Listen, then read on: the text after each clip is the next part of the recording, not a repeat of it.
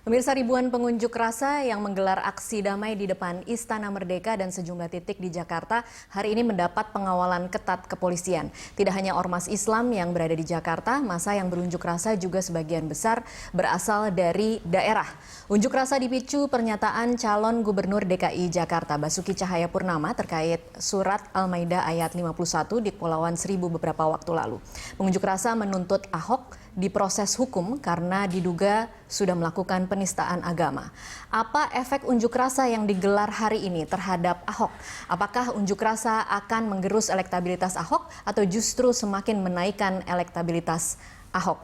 Efek demo apa yang menjadi efek demo bagi Ahok inilah yang akan kita bahas bersama pengamat politik sekaligus Direktur Eksekutif SMRC Jayadi Hanan dan juga juru bicara tim pemenangan Ahok Jarot Ruhut Sitompul. Selamat malam Bapak-bapak. Selamat malam ya. Iya, saya akan langsung ke Bang Ruhut. Apa efeknya terhadap Ahok hari ini? Bagaimana Ahok melihat hari ini? Pak Ahok tegar ya, kemarin terima kasih beliau tampil di Berita Satu. Tegas ya, ditanyakan oleh senior kita dari Berita Satu.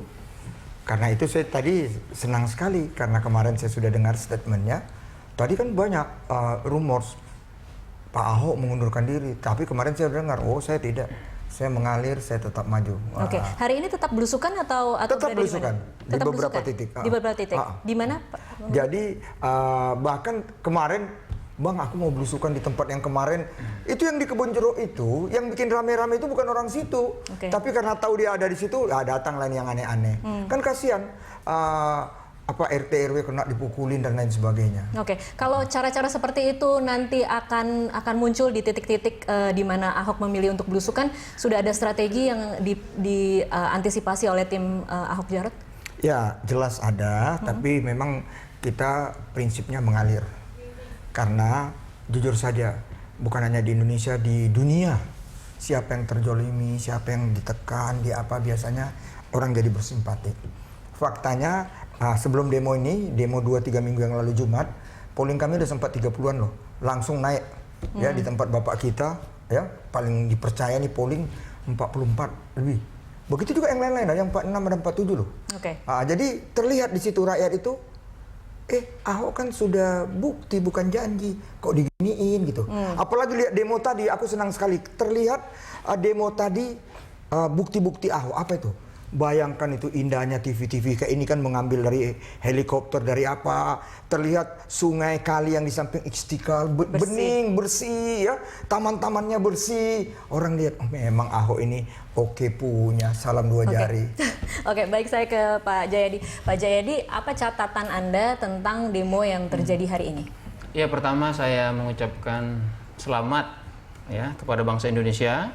Meskipun ada banyak ketakutan kemarin ya, berita cukup simpang siur di media sosial gitu, bahwa akan ada segala macam. Bahkan beberapa teman kita di luar negeri itu ada yang membuat tagar Pray for Indonesia, Pray for Jakarta, seolah-olah ada sesuatu yang menyeramkan begitu. Tapi ternyata para pendemo atau para peserta aksi damai itu berhasil membuktikan janjinya bahwa ini memang aksi damai, bahwa ini aksi yang ditujukan untuk menyampaikan aspirasi mereka, bahkan juga jalanannya cukup relatif bersih, tidak seperti biasanya. Jadi kita harus menghargai itu. Mereka bisa berdemokrasi, berbeda pendapat, berbeda keinginan, tapi kemudian demo dengan mengerahkan massa yang cukup banyak ya hari ini, mungkin ratusan ribu, mungkin lebih, tapi mereka bisa tetap menjalankan secara damai, tanpa ada kekerasan, saya kira secara umum. Oke, melihat begitu banyaknya massa, lautan manusia hari ini turun ke jalan di Jakarta, bahkan mungkin sebagian besar warga yang takut kemudian akhirnya memilih berada di dalam rumah. Kita menyaksikan ada sebegitu banyak manusia yang menolak Ahok. Akan seperti apa efeknya terhadap elektabilitas Ahok? Kita belum bisa, kalau dari sisi saya sebagai peneliti misalnya, belum bisa menjawabnya. Apakah dia akan berpengaruh pada meningkatkan atau menurunkan elektabilitas dari seorang kandidat, dalam hal ini Pak Ahok ya. Tetapi yang bisa kita duga, ada kemungkinan ya peristiwa seperti ini bisa menurunkan di satu sisi antusiasme orang untuk ikut pilkada misalnya. Menurunkan antusiasme orang untuk ikut pilkada. Ya, mengapa? bisa. Ya bisa macam-macam. Ada yang tadinya memang pendukung berat Ahok, kemudian mungkin merasa menjadi segan gitu karena ada semacam tekanan sosial, ya, sehingga semangatnya untuk memilih menjadi berkurang. Ya. Mungkin dari sisi itu yang bisa kita duga sekarang. Tapi bisa juga sebaliknya, para pendukung militan Ahok malah makin militan gitu. Bisa juga seperti itu. Jadi di satu sisi para pendukung Ahok mungkin ada para pemilih yang masih undecided misalnya, itu mungkin bisa menurun antusiasmenya. Tapi bisa saja yang pendukung militan Ahok tetap akan makin militan gitu. Ya seperti Bang Ruhut kan tetap makin militan malah kan gitu. Sebaliknya para pendukung anti Ahok gitu ya bisa kita duga itu akan makin militan.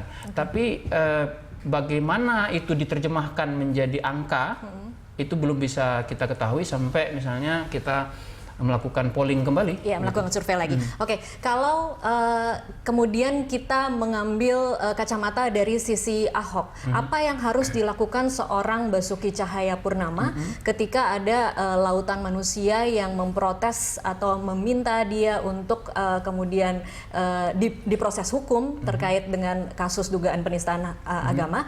Apa yang harus dilakukan seorang Ahok untuk kemudian bisa merebut kembali? Iya, saya kira dia tetap saja melakukan komunikasi secara baik kepada para pemilihnya. Kemudian yang kedua adalah ya tidak gentar dengan proses yang harus dijalani. Jadi kalau memang harus menjalani proses hukum, dia menyatakan bahwa tetap akan mengikuti proses-proses hukum yang berlaku karena memang disitulah titik temunya kan, titik temu perbedaan seperti ini di konstitusi. Salah satu cara menyelesaikannya adalah misalnya melalui proses hukum. Jadi Ahok bisa menyatakan bahwa dia percaya dengan proses hukum. Nah, para pendemo, para pengunjuk rasa itu juga kan hari ini tuntutannya adalah agar diproses secara hukum. Masalahnya adalah di trust, di kepercayaan. Ada unsur ketidakpercayaan pada penyelenggaraan hukum. Makanya diadakan unjuk rasa damai hari ini ya. Jadi yang penting itu dua-duanya bisa mempercayai proses hukum gitu.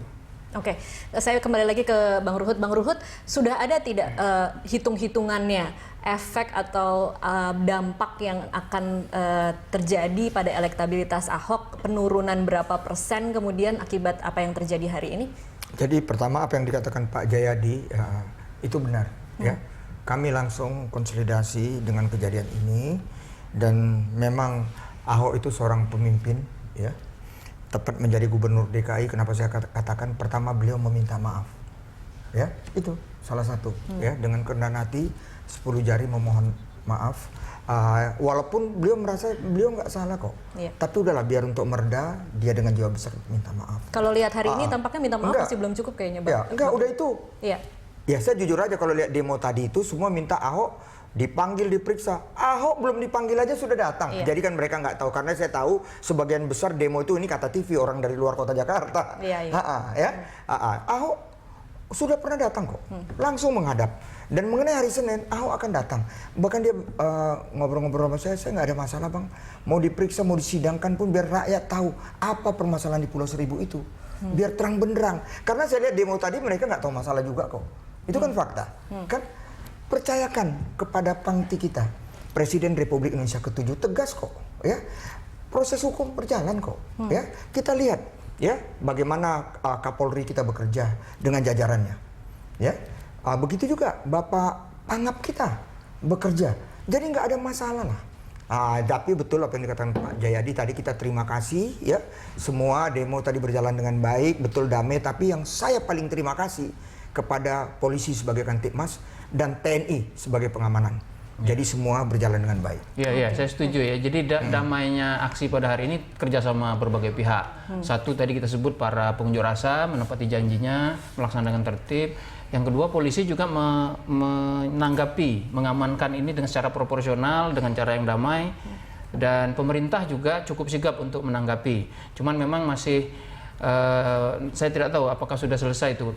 Mereka masih bernegosiasi. Tadinya ingin diterima langsung oleh Pak Jokowi, tapi sementara diterima oleh Pak JK.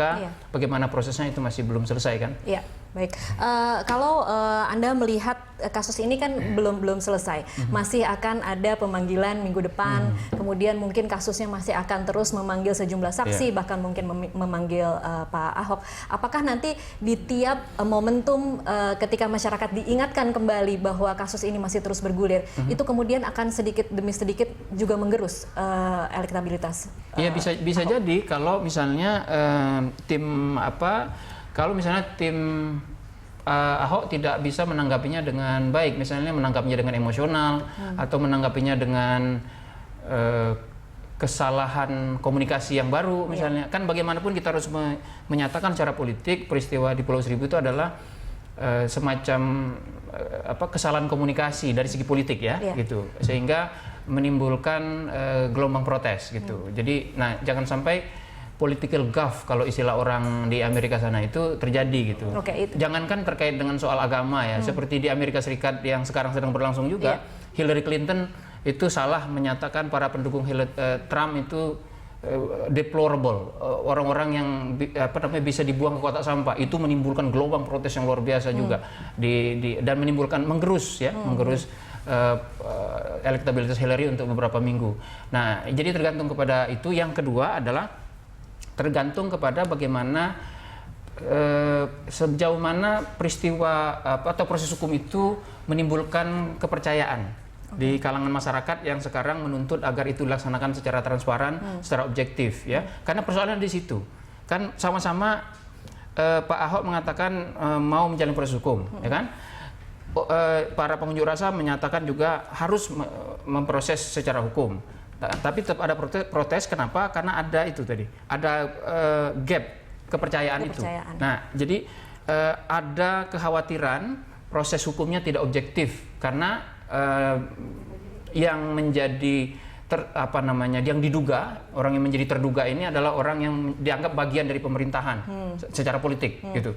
Nah, itu yang harus ditunjukkan nanti oleh para penegak hukum supaya dengan transparansi itu kepercayaan kepada proses itu berjalan. Kalau kepercayaan itu proses itu berjalan, nanti apapun hasilnya bisa diterima oleh kedua belah pihak. Gitu. Oke, baik, kita akan break dulu, nanti akan kita lanjutkan usai jeda komersial berikut.